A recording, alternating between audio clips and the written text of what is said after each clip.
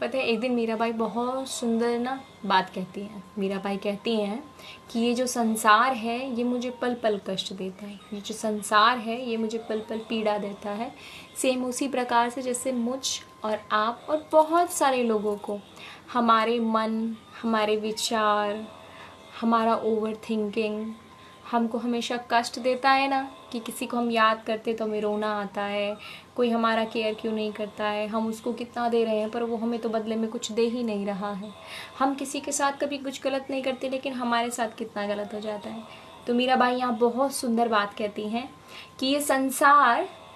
संसार मुझे पीड़ा देता है, लेकिन जब मैं अपने गिरधर को देखती हूँ तो मुझे ऐसा लगता है कि ये तो मेरे साथ है ना। क्या बात कहती है मीरा जी ना,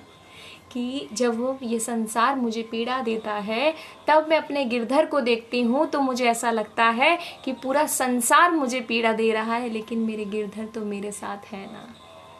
ये तो मुझे पीड़ा नहीं दे रहे। तो वही क्षण हमें भी सोचना चाहिए कि जिस तरह से लोग हमें दिक्कत देते हैं या हमारी ओवर थिंकिंग या हमारे खुद की एक्सपेक्टेशन हमें किस प्रकार से तोड़ रही है, तोड़ के छिन भिन कर देती है, लेकिन उसी समय हमें सोचना चाहिए कि हमारा ईष्ट, हमारे प्रभु, हमारे भगवान, हमारे गॉड हमारे साथ हैं। वो तो हमें कभी कुछ नहीं कहते ना।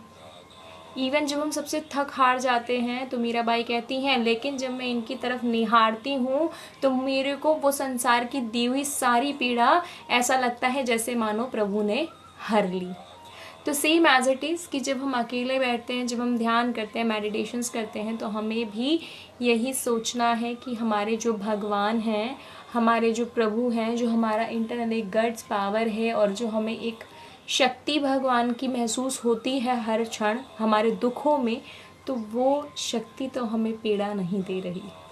वो तो हमें उस पीड़ा से बाहर निकलने का एक जज्बा,